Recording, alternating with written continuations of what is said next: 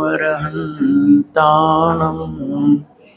नमो सिद्धाणं नमो आयर्याणं नमो उवज्झायाणं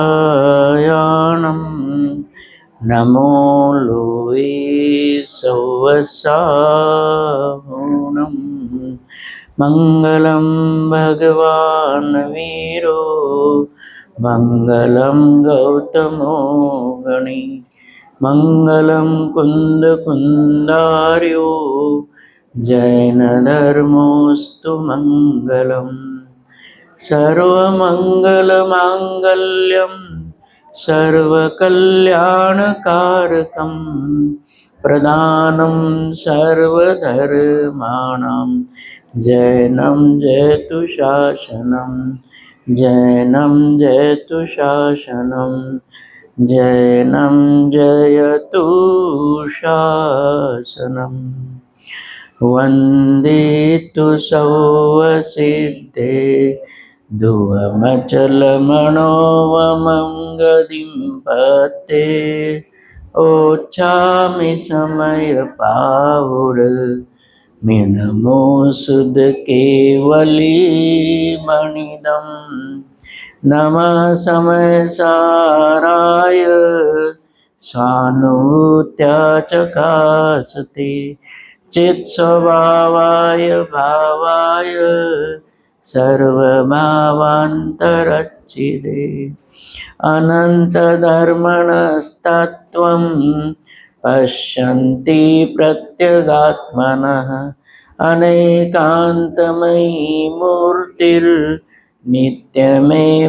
प्रकाशताम् निसंग है जो आयुसम निर्लेप है आकाश से निज आत्म में ही विहरते जीवन न पर की आस से जिनके निकट सिंहादि पशु भी भूल जाते क्रूरता उन दिव्य गुरुओं की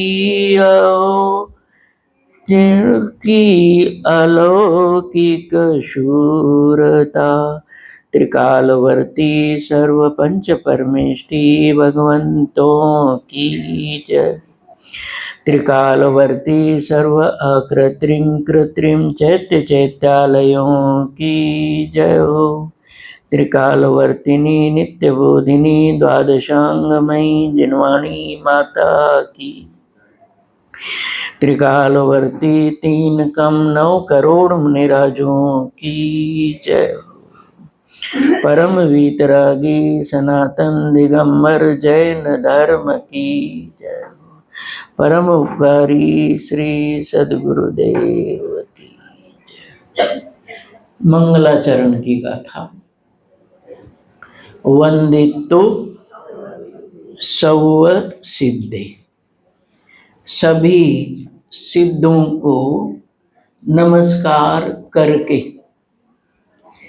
ग्रंथ के शुरुआत की है, प्रारंभ किया है। मंगलाचरण की गाथा है। मंगलाचरण किसे कहते हैं कि मंगल आचरण को मंगलाचरण कहते हैं। सरल सी बात है कि मंगलाचरण किसको कहते हैं कि मंगलमय आचरण को मंगलाचरण कहते हैं। तो सरल सा अर्थ है। बात यहां आती है मंगल किसे कहते हैं। ये बात तो ठीक है कि मंगलमय आचरण को मंगलाचरण कहते हैं और मंगलाचरण शास्त्रों में 3 जगह किया जाता है। ग्रंथ के आरंभ में, ग्रंथ के मध्य में और ग्रंथ के अंत में। ग्रंथ के आरंभ में इसलिए करते हैं कि ग्रंथ की निर्विघ्न समाप्ति हो जाए, अध्ययन निर्विघ्न हो जाए। मध्य में इसलिए करते हैं कि शिष्य को भी, आचार्य अपने लिए नहीं चाहते, शिष्य को भी उसका ज्ञान हो जाए। और अंत में इसलिए करते हैं कि जो पढ़ा है उसका फल भी मिले, जो पढ़ा है उसका फल भी मिले। इसलिए मंगलाचरण 3 जगह किया जाता है। लेकिन सबसे बड़ी बात, मंगल किसे कहते, धौला में भी लिखा है और गोमठ सार जीव कांड में, कर्म कांड में भी है। मंगल किसे कहते हैं? मंग कहते सुख, और ल मतलब लाए। मंग मतलब सुख, ल मतलब लाए, उसको मंगल कहते हैं। या फिर मम कहते हैं पाप को, और गल मतलब गलाए। दोनों काम एक ही है।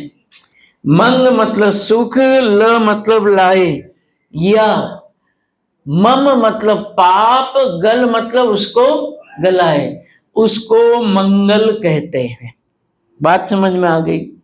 मंगल का मतलब कि जो सुख को लाता है, पाप को गलाता है, उसको मंगल कहते हैं। सच्ची बात तो ये है कि जिसको अपनी महिमा नहीं आती, उसके जीवन में कभी मंगल प्रवेश ही नहीं करता। जिसको अपनी स्वयं की महिमा नहीं आए, उसके जीवन में 3 काल में मंगल प्रवेश ही नहीं करता। जैसे कि कुएं में या पानी में, कोई भी पानी हो, पानी में जाए बिना तैरना नहीं होता। पानी के चारों ओर कितने ही चक्कर लगाएं, परिक्रमा दे, लेकिन जब तक पानी में प्रवेश नहीं करता तब तक तैरना संभव नहीं है। या इसी उदाहरण को, कि जब तक पानी का प्राशन नहीं करे, सेवन नहीं करे, तब तक तरस नहीं बुझे। समझ में आ गई बात?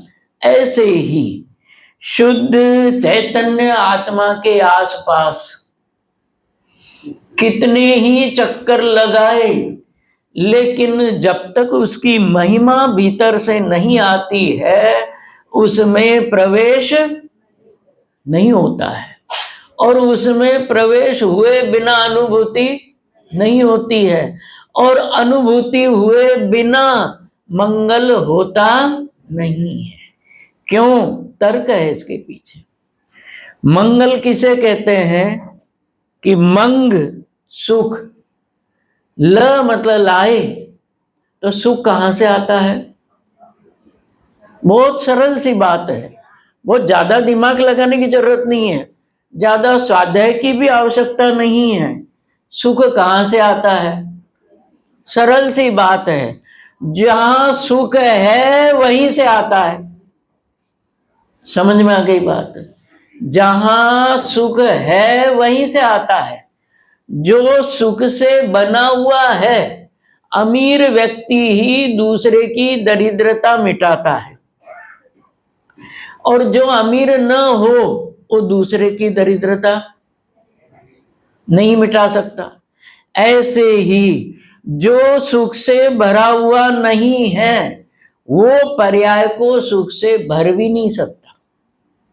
प्रभु पकड़ में आ गई बात, कि जो सुख से भरा हुआ नहीं है, वो पर्याय को सुख से भर भी नहीं सकता। इसलिए मंगल की बात है। मंगल कब होगा? कि सिद्धों को नमस्कार करने से हो जाएगा, 170 तीर्थंकरों का विधान करने से हो जाएगा। किस किस से नहीं होगा? भोजन करने से। बहुत भूख लगी, भोजन कर ले। 8वें अधिकार में तो ये बताया कि यदि किसी को आप धनाधिक, उसका भावार्थ है, यदि किसी को आप धनाधिक देते हैं तो 1 भव का उसका दुख मिटाएंगे। लेकिन यदि जिनवाणी के माध्यम से, तीर्थंकर की वाणी के माध्यम से सच्चा तत्व ज्ञान उसको प्रदान करते हैं तो भव भव के दुख का अभाव कर सकते हैं। इसलिए सच्चा उपकार तो तीर्थंकर की वाणी का, ज्ञान का दान करना ही है। लेकिन वो ज्ञान दान भी तभी संभव है ना, नियम सार 50 से लेकर 51 से लेकर के 54 तक 3 गाथाएं, 4 गाथाएं, उसमें ये बताया, भावार्थ है उसका कि सम्यक दृष्टि की देशना ही दूसरे के सम्यक दर्शन में निमित्त होती है। जैसे 5 प्रकार का चारित्र है ना, परिहार, विशुद्धि, संयम किसको होता है? परिहार, विशुद्धि, संयम उसी जीव को होता है जिसने तीर्थंकर के पास दीक्षा ली हो और तीर्थंकर के पास रह करके प्रत्याख्यान नाम के पूर्व का अध्ययन किया हो। 8 वर्ष तक प्रत्याख्यान पूर्व का अध्ययन किया हो, तीर्थंकर से ही दीक्षा ली हो, ऐसे किसी जीव को परिहार, विशुद्धि नाम का संयम प्रकट होता है। और जिसको ये प्रकट होता है उसके द्वारा जीवों की हिंसा नहीं होती है। जैसे रिद्धियों में होता ना, जल चारण रिद्धि किसको कहते हैं? कि जल चारण रिद्धि उसको कहते, 3 शब्द आते हैं कि जल चारण रिद्धि जिसको प्रकट होती है, जल कायिक जीवों को बाधा नहीं पहुंचती, जल कायिक जीवों को पीड़ा नहीं पहुंचती और जल कायिक जीवों की हिंसा नहीं होती। राकेश भाई, कौन कौन से 3 शब्द? बाधा, पीड़ा और हिंसा। ये जैसे जल चारण रिद्धिधारी मुनिराज के होता है, वैसे ही परिहार, विशुद्धि। 100 रुपए जमा कराओगे? अब 200 लगने हैं। कठिन है प्रभु, कठिन तो कुछ भी नहीं है, कठिन मान रखा है। बाहर रखो तो कौन रोकने वाला है? कर्म की नहीं माने तो कोई कर्म रोकने वाला है? बाहर रखो तो कोई स्वामी जी कहे ना कि अपनी कमजोरी लेकर के, स्वयं की कमजोरी के कारण से ये जीव निमित्त को, कर्म को निमित्त कहता है। वास्तव में निमित्त कोई करने वाला नहीं है नहीं, लेकिन खुद ही। चलो, बात तो उसकी वजह से देखो 2-3 एक काफी समय निकल जाता है। एक बेल बच गई, बात समझ में आ गई। ये बात तो ये है कि परिहार, विशुद्धि, संयम। एक दिन एक बात अधूरी रह गई थी, उग्रता परिद्धि, और अधूरी बात बताई थी कि दीक्षा के समय उपवास लेने का नियम है, और वो नियम यदि जीवन भर पालन करते तो उसका नाम है उग्र तप। क्या है उसका नाम? जरूरी नहीं है कि आगे करते ही रहो कंटिन्यू, यदि करते हैं तो। बात समझ में आ गई? मान लो किसी ने 4 दिन का उपवास का नियम लेकर के दीक्षा ली। अब 4 दिन के उपवास का नियम लेकर के दीक्षा ली है तो वो दीक्षा, वो जो नियम है अगली बार निभाओ, जरूरी नहीं है। पारना होने के बाद लगातार रोजाना भोजन कर लो, एक समय भोजन करने में कोई दिक्कत नहीं है। लेकिन उसको यदि जीवन भर निभाते हैं तो उसको क्या कहते हैं? उग्र तप। और ऐसे तप की शक्ति को उग्र तप रिद्धि कहते हैं। अब उसमें यदि बढ़ोतरी करते हैं, मान लो 2 दिन के उपवास का नियम लिया था और वो नियम बढ़ा दिया कि 2 दिन का तो अभ्यास पूरा हो गया, अगले साल या अगले महीने अब जीवन भर के लिए 3 दिन का उपवास 1 दिन पारना, 3 दिन का उपवास 1 दिन पारना, या फिर और आगे बढ़ाते जाए। तो ऐसे बढ़ाए तो उसको कहते हैं उग्र तप। प्रभु पकड़ में आ गई बात। उग्र तप किसको कहते हैं? कि जो दीक्षा के उपवास का नियम है उस नियम को जीवन भर पालन करता रहे तो उसका नाम उग्र तप है, और उसको बढ़ाता जाए तो उग्र तप रिद्धि है। ऐसे जैसे रिद्धियों के कारण से जीवों को पीड़ा नहीं पहुंचती, जीवों को हिंसा नहीं होती और किसी जीव को बाधा भी नहीं पहुंचती। बाधा मतलब जा रहे रास्ते में पैर पड़ गया, या कोई जीव उधर से आ रहा था और ये रिद्धिधारी जा रहे थे तो बाधा हो जाए, ऐसा भी नहीं है, बाधा भी नहीं होती है। पीड़ा मतलब कोई अंग भंग या जोर पड़ जाए, ऐसा भी नहीं होता है, हिंसा भी नहीं होती। बात तो उतनी सी थी कि परिहार विशुद्धि नाम का संयम कब प्रकट होता है, कि परिहार विशुद्धि नाम का संयम उसी को प्रकट होता है कि जो तीर्थंकर के पास दीक्षा लेता है। तीर्थंकर के पास दीक्षा लेकर के 8 वर्ष तक नियम है, प्रभु आपको कहे कि चिंतामणि 8 वर्ष आना है वसई से समझ में आ गई बात? अरे मोबाइल बाहर नहीं रखा जाता है, और तो 8 वर्ष की बात तो बहुत दूर की बात। समझ में आ गई कि ये जीव के खुद की, देखो धर्म इतना सरल है लेकिन जीव ने कठिन बना रखा है, चर्चा करेंगे आगे। मंगलाचरण करना इतना आसान है, बात समझ में आ गई। और भी नियम है, जैसे परिहार विशुद्धि संयम में कर्म भूमि का होना चाहिए, 8 वर्ष तक प्रत्याख्यान पूर्व को पढ़ा हुआ होना चाहिए, वो भी तीर्थंकर के पास। और इतना होने के बाद भी जरूरी नहीं है कि परिहार विशुद्धि संयम प्रकट हो, किसी किसी को ही होता है, सभी को नहीं होता है। उसमें भी नियम लिखा है कि उस जीव को नियम से, जैसे रिद्धिधारी मुनिराज के प्रकरण में आता है कि रिद्धिधारी मुनिराज को एक जगह पर रहने का नियम नहीं है, बात तो मंगलाचरण की करनी है। रिद्धिधारी मुनिराज आहार के लिए हिम्मतनगर भी जाके आ सकते हैं। रिद्धिधारियों को एक स्थान पर रहने का नियम नहीं है, क्योंकि उनके द्वारा जीवों की हिंसा नहीं होती। वो जो नियम बताया चातुर्मास का, वो नियम तो हिंसा से बचने के लिए था, बात समझ में आ गई।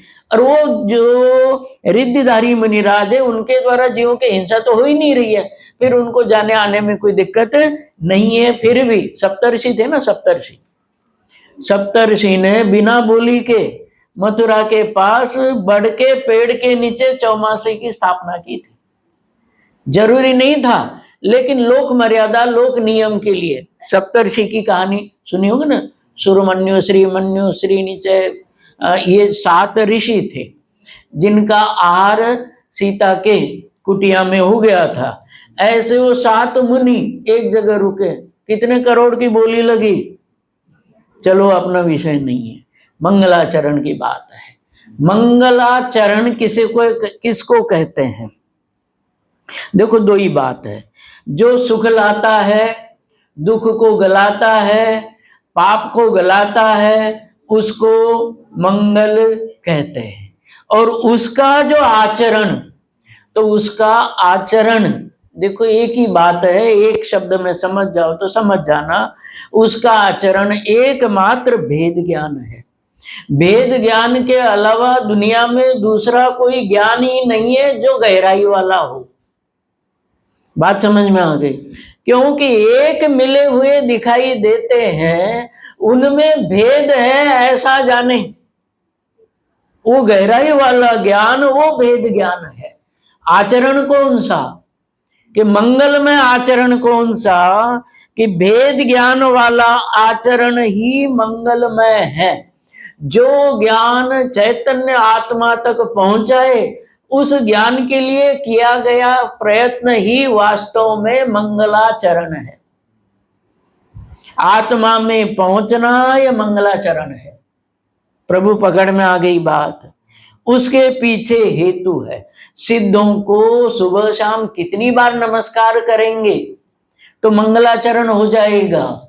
जिसको आत्मा की महिमा नहीं आती है, वो मुंह से कितनी ही बार बोले। निमित्त उपादान चिट्ठी बनारसी दास जी की, उसमें उन्होंने 2 शब्द लिखे हैं, ज्ञान का जानपना। कौन सा शब्द है? ज्ञान का जानपना और चारित्र की विशुद्धि, दोनों मोक्ष मार्गानुसारी। कौन कौन सी बातें? ज्ञान का जानपना और चारित्र की विशुद्धि, दोनों जिस जीव के अभी मोक्ष मार्ग प्रकट नहीं हुआ है, ये ध्यान रखना, अभी मोक्ष मार्ग प्रकट नहीं हुआ है, मोक्ष मार्ग प्रकट नहीं हुआ है, लेकिन मोक्ष मार्ग प्रकट होने से पहले की बात है, स्वाध्याय क्यों करते हो? नहीं है बात सुन। भोजन डॉक्टर कहते 32 बार चबाओ, दांत 32 है, कहता है ना कि अच्छी तरह से वो चब जाए।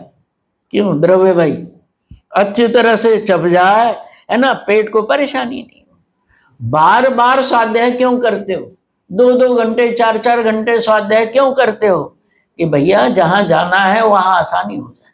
पहली बार शिखर जी गए थे और बच्चों के लिए डोली की थी, तो उनके जो डोली ले जाने वाले हैं उनको देख करके आश्चर्य होता था कि देखो इनको कोई जूस वगैरह नहीं है, सत्तू सूखी और खाने पीने की। बात इतनी सी है कि अभ्यास, बात समझ में आ गई? यहाँ बार बार सुनने पर का अभ्यास, और वो सुनना किसका? कि एकमात्र शुद्ध चैतन्य गायक भगवान आत्मा की कथा, इधर उधर की भी नहीं, जिसकी महिमा आए बिना मंगलाचरण नहीं होता है, सुख प्राप्त नहीं होता है, दुख का अभाव नहीं होता है, दुख का अभाव नहीं होता, सुख की प्राप्ति नहीं होती। ऐसी जो परिस्थिति है वो चैतन्य गायक भगवान आत्मा के अनुभव के बिना, उसकी महिमा के बिना उसकी अनुभूति नहीं होती। जिसको अपनी महिमा नहीं आती है, दूसरी भाषा में कहे, देसी भाषा में कहे, सुनने में आनंद आए लेकिन अनुभव की दरकार न हो, चैतन्य आत्मा का अनुभव की बात अंदर से जचे नहीं, तो सरल सी भाषा में लिख लेना कि मेरा जीवन बर्बाद है, मनुष्य भाव नष्ट है। जिसको अपनी महिमा नहीं आती है, जिसको अपनी महिमा नहीं आती है, जीवन में मंगलाचरण उसके नहीं हो सकता। हाँ द्रव्य भाई, पकड़ में आ रही है बात? ये मंगलाचरण की गाथा है। कल कहाँ तक पढ़ा था, है ना पीछे? तो भगवतः सर्व सिद्धान यहां तक पढ़ा था। भगवतः, कल शब्द भगवतः का अर्थ समझ में आ गया था कि संसार में कोई जीव ऐसा नहीं है जिसमें अनंतानंत गुण न हो। समझ में आ गई बात? नियम सार टीका में लिखा है, क्या लिखा है कि सबसे कम जीव द्रव्यों में जीव द्रव्य है, जीव द्रव्य से अनंत गुणे पुद्गल द्रव्य है, पुद्गल द्रव्य से अनंत गुणे 3 काल के समय हैं, और 3 काल के समय से अनंत गुणे आकाश द्रव्य के प्रदेश है, और उससे भी अनंत गुणे गुण एक जीव द्रव्य में होते हैं। अब इतने गुण वाले को भगवान न कहे तो और किसको कहे? बात समझ में आ गई? उसको यदि भगवान न कहे तो किसको कहे? अनंतानंत गुणों को धारण करने वाला प्रत्येक जीव द्रव्य है। मैं भी ऐसे ही अनंत गुणों को धारण करने वाला जीव द्रव्य हूं। जब ऐसी महिमा अपनी स्वयं को स्वयं के लिए आ जाए, बताओ कि इतने गुण मुझ में है और सुख के लिए मैं बाहर घूमता फिरूं। इष्टोपदेश में लिखा है, योग सार में भी लिखा है कि क्या लगता है कि सिद्ध होते हुए भी ऐसा लगता है कि सिद्ध भी भोजन के लिए घर घर भटक रहे। दीनता है प्रभु, वस्तु की दीनता नहीं है भैया, ये वस्तु की दीनता नहीं है, सोच की दीनता है। विचारों की दरिद्रता है। वस्तु की ओर से देखो तो अनंत अनंत गुणों का पिंड है, अनंत अनंत गुण उसमें भरे हुए हैं। सोच की दीनता है। अज्ञान ये नहीं है कि तेरे पास धन नहीं है, अज्ञान ये है कि धन होते हुए भी तूने अपने आप को निर्धन माना है। अज्ञान ये है। धन नहीं होना तब तो समझ में आता है कि बेचारा क्या करे, लेकिन धन होते हुए भी, चक्रवर्ती होते हुए भी, अनंत अनंत गुणों का पिंड होते हुए भी यह जीव बाहर भटकता है, सुख की इच्छा बाहर से करता है। जिनवाणी पढ़ना उसका व्यर्थ है। समझ में आ गई बात। भगवतः सर्व सिद्धांत, इसके आगे यहां से पढ़ना है। सिद्धत्वेन साध्यस्य आत्मनः। कौन से शब्द है, ध्यान से समझने चाहिए। सिद्धत्वेन, आत्मा, मेरी आत्मा मेरे लिए साध्य है। एक बात समझ में आ गई बात। निश्चय से मेरी आत्मा ही मेरे लिए साध्य है, सिद्धों की आत्मा भी मेरे लिए साध्य नहीं है। प्रभु पकड़ में आ गई बात। मेरी आत्मा ही मेरे लिए साध्य है। बात समझ में आ गई। अब अगला प्रश्न है कि मेरी ही आत्मा मेरे लिए साध्य क्यों है। समझ में आ गई बात। नींद के भी कोई फाइन है क्या? 100 रुपए 50 रुपए है? घर यहाँ नहीं है।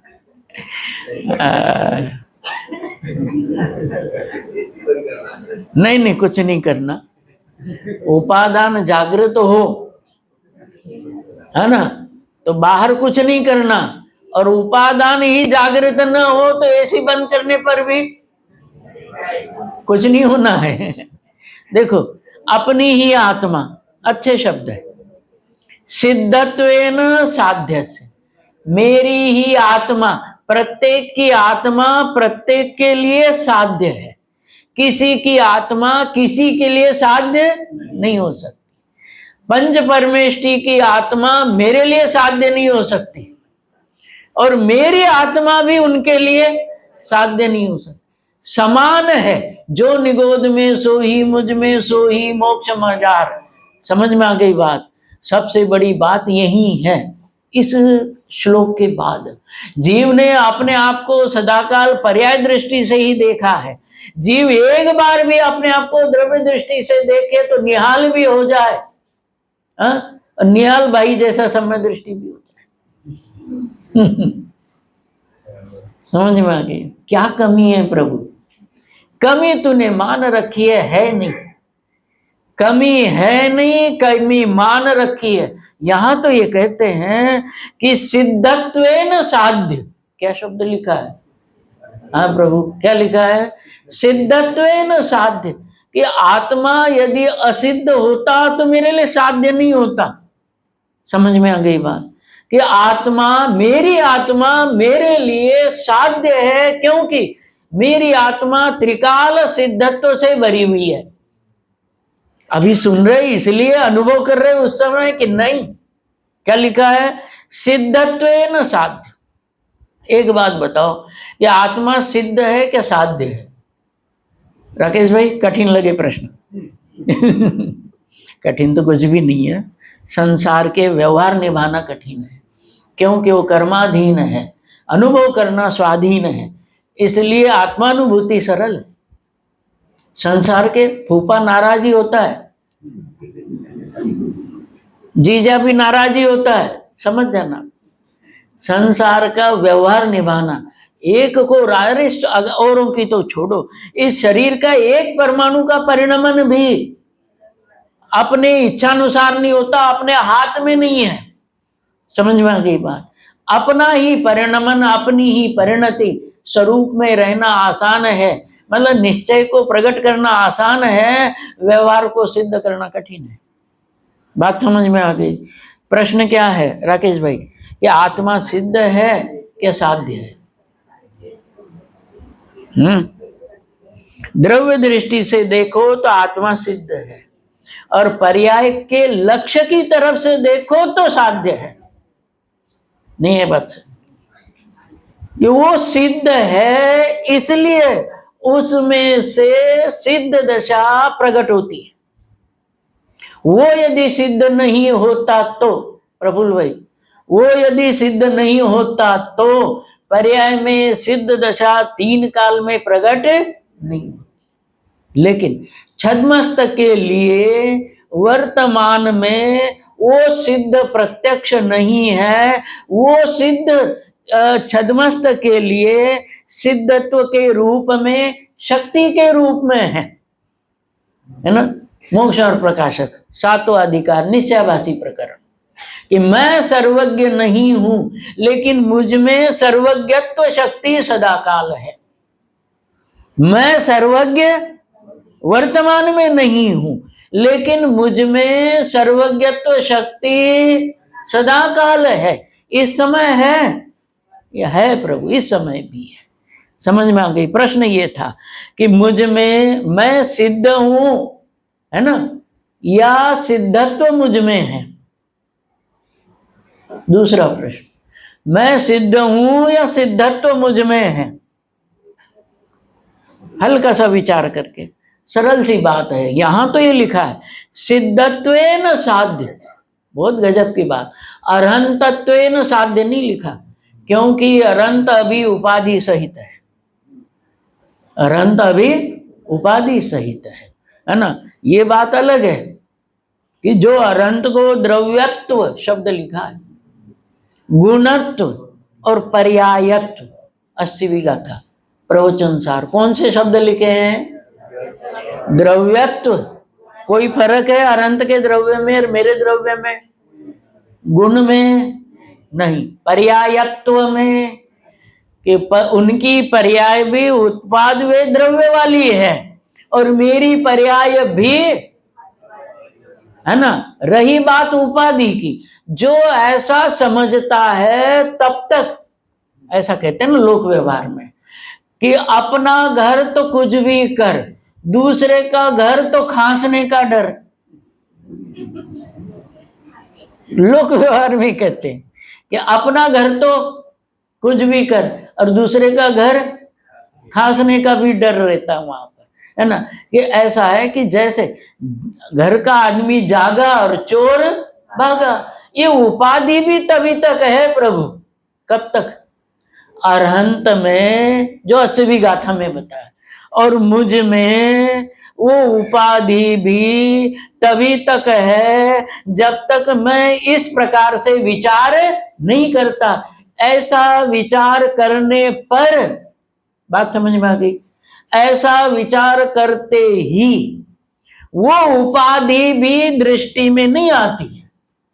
और पकड़ में आ गई बात है। ये उपाधि भी कब तक? कि उपाधि तभी तक है जब तक वहां दृष्टि है, और जब यहां दृष्टि चली नहीं, मतलब वहां दृष्टि नहीं जाएगी उपाधि पर, तो उपाधि रहेगी। एक बात बताओ, पर्याय में विकार है, लेकिन अनुभवी जीव को विकार अनुभव में आता है। स्वामी जी ने सर्व विशुद्ध ज्ञानाधिकार के उसमें चर्चा में, और 13वीं गाथा जो सम्यक दर्शन की टीका वाली गाथा है, कि विकार है क्या नहीं है, कि पर्याय में है, फिर भी उसको विकार क्यों नहीं दिखाई देता है? क्योंकि उसकी दृष्टि वहां पर नहीं है। 13वीं गाथा की टीका में है कि विकार है कि है किसके लिए? कि जिसकी दृष्टि जा रही है, और जिसकी दृष्टि नहीं जाती उसके लिए वहां विकार है क्या नहीं है? कि भैया वो तेरी तू जाने। अनुभवी को वहां विकार दिखाई नहीं देता है। त्रिकाल शुद्ध एक रूप चैतन्य तत्व ही ज्ञानी को दिखाई देता है, क्योंकि ज्ञानी की दृष्टि वहां है। और सबसे मजेदार वाली बात, जिसको तू कह रहा है वहां से दृष्टि हटाए तो वो रहता नहीं। प्रभु पकड़ में आ गया। चाहे वो चारित्र धीरे धीरे प्रकट हो जाए, कि जिसको तू ये कहता है कि विकार है, वो विकार को भी नष्ट करने का उपाय विकार पर प्रहार करने की बात नहीं है।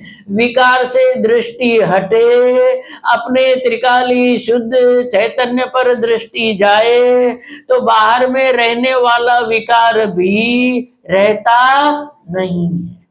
मतलब विकार को नष्ट करने का उपाय भी विकार से दृष्टि हटाना ही है। एक तो विकार के अभाव वाली बात है, दूसरी बात सुखी होने का उपाय भी यही है। देखो, इसी पंक्ति में से अर्थ है कि आज तक जितने भी सिद्ध हुए, पढ़ाइए समय सार में, भेद विज्ञानतः सिद्धा सिद्धा एकिल केचन अस्य एव अभावतो बद्धा बद्धा एकिल केचन। क्या अर्थ है पता है सबको, सभी जीव, मैंने देख लिया सभी स्वाध्यायी है, भेद ज्ञान के द्वारा ही आज तक सिद्ध हुए हैं। भेद ज्ञान के अभाव में ही जीव संसार में भटक रहे हैं। अब ये बताओ, ये सुन करके भेद ज्ञान भोजन के बाद करोगे या शिविर के बाद? हे प्रभु, क्या दीनता है। जो काम कुछ समय का है उसके लिए जीवन भर इंतजार करना, ये बुद्धिमानी की तो बात नहीं है क्या बुद्धिमानी? वो जो निमित्त उपादान चिट्ठी में दो बातें लिखी, ज्ञान का जानपना और चारित्र की विशुद्धि। जब तक मोक्ष मार्गानुसारी है, क्या लिखा है? ज्ञान का जानपना और चारित्र की विशुद्धि, जब तक, है ना, दोनों मोक्ष मार्गानुसारी हो। आगे के शब्द सुनना प्रभु, ग्रंथि भेद के अभाव में भी उस जीव के गर्भित शुद्धता पाई जाती है। लंबा वाक्य, क्या वाक्य है? वसई वाले भाई साहब, निमित्त उपादान चिट्ठी, रहस्यपूर्ण चिट्ठी में इससे हटके वाक्य आया है। वाक्य ये है, वो भी एक महिमा वाला वाक्य है। इस काल में अध्यात्म के रसिक बहुत थोड़े रह गए। जो चिंतामणि में पहुंच गए उतने ही रह गए। हकीकत है ये। जहां जहां भी आत्मा की चर्चा चलती है, जहां जहां भी आत्मा को शुद्ध बताया जाता है, वहीं वहीं अध्यात्म के रसिक टिके हुए हैं। दो ही जगह जहां आत्मा को शुद्ध बताया जाता है, आत्मा को उपादेय बताया जाता है, तो आत्मा है, शुद्ध है, ये चर्चा जहां चलती है वहां अध्यात्म रहस्यपूर्ण चिट्ठी में राकेश भाई क्या लिखा है? इस काल में अध्यात्म के रसिक बहुत थोड़े। देखो कैसे विकल्प आते हैं। लौकांतिक देव, कल उदाहरण बताया था, लौकांतिक देवों की संख्या है 4,07,208 लौकांतिक देव। अब 6 महीने 8 समय में ही 608 जीवों को जाना है। वो सुन करके पढ़ करके मुझे ऐसा लगा कि अपना नंबर बहुत बाद में, क्यों वो पहले 4 लाख निपटेंगे भाई। 6 महीना 8 समय 608 ही तो जाने हैं। 4,07,208 को तो पहले जाना है, लौकांतिक आदि देवों को जाना है। तो स्वामी जी से किसी ने प्रश्न किया, उनके समय के स्वामी जी खुद कहते हैं कि उन लोगों ने प्रश्न किया जब वो श्वेतांबर स्थानकवासी संप्रदाय में थे, है ना, कि उस संप्रदाय में प्रश्न किया था। क्या प्रश्न किया? घड़ी देखना पाप है। प्रश्न यही किया कि वो मूल जी भाई है ना, स्वामी जी से चिढ़ते थे। कसाय कहानी थी बता, है ना, चिढ़ते थे। वो स्वामी जी क्या करते कि गर्मी के दिनों में सुबह स्कूल चलती थी, दोपहर में बंद, शाम बंद ही रहती, वहाँ जा कर के स्वाध्याय करते थे। पोथी अपनी ले जाएं, पेंसिल ले जाएं, स्वाध्याय करें वहाँ पर। तो गुलाब भाई, मुलजी भाई चिढ़े उनसे, कहाँ जाते हो? कि यहीं जाता हूँ। कि मुझ पर संशय है तुमको? कितनी बार बताया? 2-4 बार ऐसा हुआ। तो एक बार वो गुलाब जी ने क्या किया कि उनके पोथी पर पेंसिल से लकीरें खींच दी, फाड़ कर, मतलब फाड़ा तो नहीं, ऐसा लकीरें खींच करके फेंक दी, तो स्वामी जी के आंखों से आंसू आ जाए, है ना। उन्होंने एक बात कही, क्या बात कही थी कि तू कितना ही पढ़ ले, कितना ही लिख ले, केवली ने जब तेरा मोक्ष देखा है तभी होगा। बात समझ में आ गई? कितना भी पढ़ ले, कितना भी लिख ले, लेकिन केवली ने जब तेरा मोक्ष देखा होगा तभी होगा। स्वामी जी ने कहा कि भाई एम नहीं, है ना। भव्य जीव के सर्वज्ञ के ज्ञान में भव दिखाई नहीं देते हैं। भव्य जीव के सर्वज्ञ के ज्ञान में भव दिखाई नहीं देते। भव्य कहते हैं उसको, संस्कृत भाषा नहीं है। भव्य मतलब जो भव्यता रूप परिणमित होता है वही जीव भव्य है। बात समझ में आ गई? क्या आप भव्य हो, क्या अभव्य हो? अपने आप को शुद्ध अनुभव करो, अपने आप को सुखरूप अनुभव करो, अपने आप को अनंत गुणों का पिंड अनुभव करो, अपने आप को शुद्ध सुखरूप आनंद रूप अनुभव करो। देखो, अपनी महिमा जब तक नहीं आती है, बात समझ में आ गई? जैसे परछाई पीछे भागती है, जैसे परछाई पीछे भागती है, ध्यान से सुनना, अगला वाक्य बहुत काम का तो जिनवाणी का एक एक अक्षर है कि जिसको अपनी महिमा आती है उसके पीछे अतीन्द्रिय आनंद, अतीन्द्रिय सुख, अतीन्द्रिय शांति, निराकुलता आदि लाइन लगा करके भागते हैं। जिसको अपनी महिमा आती है, और जिसको अपनी महिमा न आए वो इनके पीछे कितना ही भागे वो आगे ही भागेंगे। भव्य किसको कहते हैं? कि जो अपने आप को भव्य रूप, समझ में आ गई? भव्य मतलब क्या है? मोक्ष जाने का अधिकारी जो जीव है उसको भव्य कहते हैं। उसकी परिणति होना ये भव्यता की परिणति है। समझ में आ गई बात? और मोक्ष कौन जाता है? कि जो जीव विकारों का अभाव करता है, विकारों का अभाव जिसके पूर्ण होता है वो मोक्ष जाता है। और जो मोक्ष का मतलब विकारों का प्रारंभ कर देता है, विकारों का अभाव करना प्रारंभ कर देता है, वो जीव भव्य है। और विकारों का अभाव करने से पहले, चरणान योग की अपेक्षा से विकार का अभाव होने से पहले, सबसे पहले विकारों का अभाव दृष्टि में से होता है।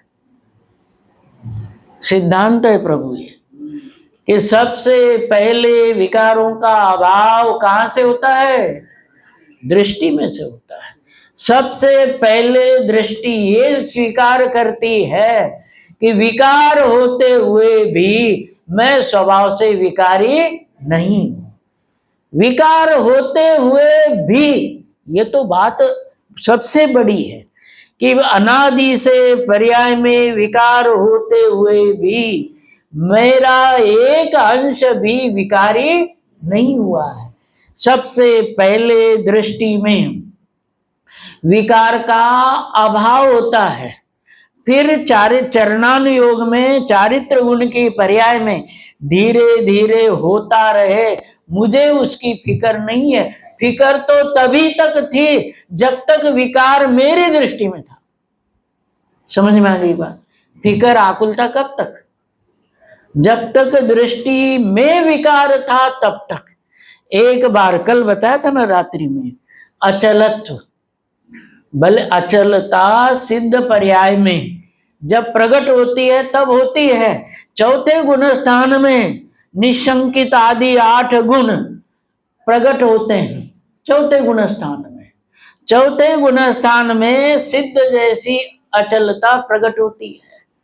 पूर्ण भले ही नहीं लेकिन अचलता प्रकट होती है। जय स्वामी जी के ना, दोष का चंद्रमा प्रकट हुआ है तो नियम से पूनम का वो पूनम के रूप में परिणमित होगा ही, इसमें कोई शंका नहीं है। शंका करे तो अभव्य है, इसमें कोई शंका नहीं है। देखो प्रभु, ये तो गर्भित शुद्धता, ग्रंथि भेद के अभाव में भी गर्भित शुद्धता बताई। किसने बताई? छोटे छोटे वाक्य बना करके अर्थ समझ लो इसका। निमित्त उपादान चिट्ठी में बनारसी दास जी ने ये चर्चा की है। क्या चर्चा की है? कि जो जीव चिंतामणि आते हैं, स्वाध्याय आदि करते हैं, चैतन्य ज्ञायक भगवान आत्मा को जानने की, दृष्टि करने की, लीन रहने की धगस जिनके है, तड़स जिनके हैं, ऐसे जीव कैसे हैं? ये साहब जो विवेक जी और लोग, आपने कहा ना कि अन्य लोग ऐसे आरोप करते हैं, मित्र पक्ष वाले, ये साहब इनके तो क्या है कि आत्मा की चर्चा करो और गुलाब जामुन खा के आनंद मानो, ऐसा आरोप करते हैं। उनके लिए जवाब है प्रभु। कौन सा?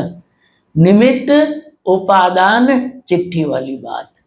कि जिस जीव का ज्ञान, जानपना, जिस जीव का जानपना और जिस जीव के चारित्र की विशुद्धि मोक्ष मार्गानुसारी होती है, उस जीव के भले ही बाहर में कुछ प्रकट, ये प्रभु उत्तर समझ में आ गया आपको? लोग आरोप जो करते हैं वो करते रहे। देखो अनादिकाल से ऐसे तो है नहीं कि सभी वैसे रहे। समूह शरण में सदाकाल कितने जीव रहते हैं? 535 नंबर की गाथा ये है आपके तिलोय पन्नति में, उसमें लिखा है। अब हम 10-20 लोग यहाँ स्वाध्याय आदि करते, प्रवचन आदि सुनते हैं या पूजन करते तो कोई बड़ी बात नहीं है। 535 नंबर की गाथा तिलोय पन्नति में क्या लिखा है कि पल्ल के असंख्यात भाग सदाकाल जीव जिनेन्द्र भगवान की आराधना में प्रवर्तित होते हैं। समूह शरण में सदाकाल कितने जीव रहते हैं? दिव्य ध्वनि खीरे अथवा महावीर भगवान की दिव्य ध्वनि 66 दिन तक किस वजह से नहीं खीरी? हाँ, अलग अलग जवाब। असल में अनादिकाल से अनंत काल तक यूं समझ लेना, हुंडा काल को छोड़ करके।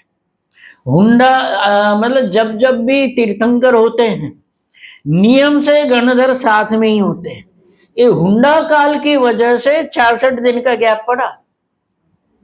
नहीं यही बात समझ, वरना क्या होता है, इधर केवल ज्ञान हो जाए, इधर दिव्य ध्वनि शुरू हो जाए। ये गैप क्यों पड़ा? उत्तर तो कुछ भी दो कि भाई हमारी योग्यता नहीं थी, गणधर नहीं था। असल में हुंडा काल का दोष है, वरना सामान्य रूप से तीर्थंकर होते हैं तो गंधर्व की पात्रता वाला जीव भी वही होता ही है। ये 66 दिन का गैप क्यों पड़ा? समय हो गया है ना, पूरा करते इसको। यहाँ पूरा तो नहीं हो पाएगा ये उत्तर, गर्भित शुद्धता वाली बात फिर रिपीट करेंगे। यहाँ पर एक बात कह करके पूरी करते हैं। विचार तो ये था कि बहुत सारा हो जाएगा, इससे मतलब इसीलिए कहते हैं तुम्हारे इच्छानुसार कुछ भी नहीं होता है। इच्छानुसार बुद्धि करो तो सुखी रहोगे, है ना। जैसा होता है ना वैसे अपने, जैसे परिस्थिति और मनस्थिति दो शब्द आते हैं। गौतम गंधर की कहानी, उसके बुद्ध की कहानी लंबी कहानी है।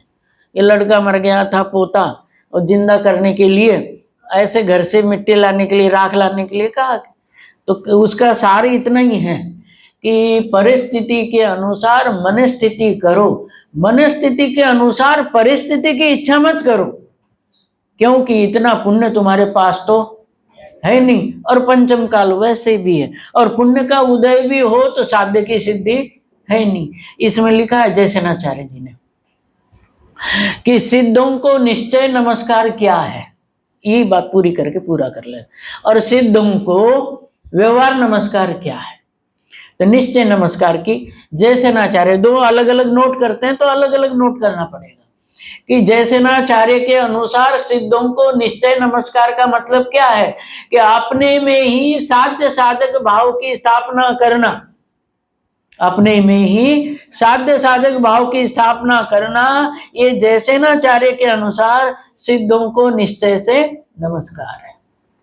और अपने को सिद्ध रूप अनुभव करना, ये आचार्य अमृतचंद्र देव के अनुसार सिद्धों को निश्चय से नमस्कार है। और व्यवहार से नमस्कार क्या है कि सभी को सिद्ध के समान देखना, ये व्यवहार से सिद्धों को नमस्कार है। समय થઈ ગયો है ना, बाकी चर्चा बाद।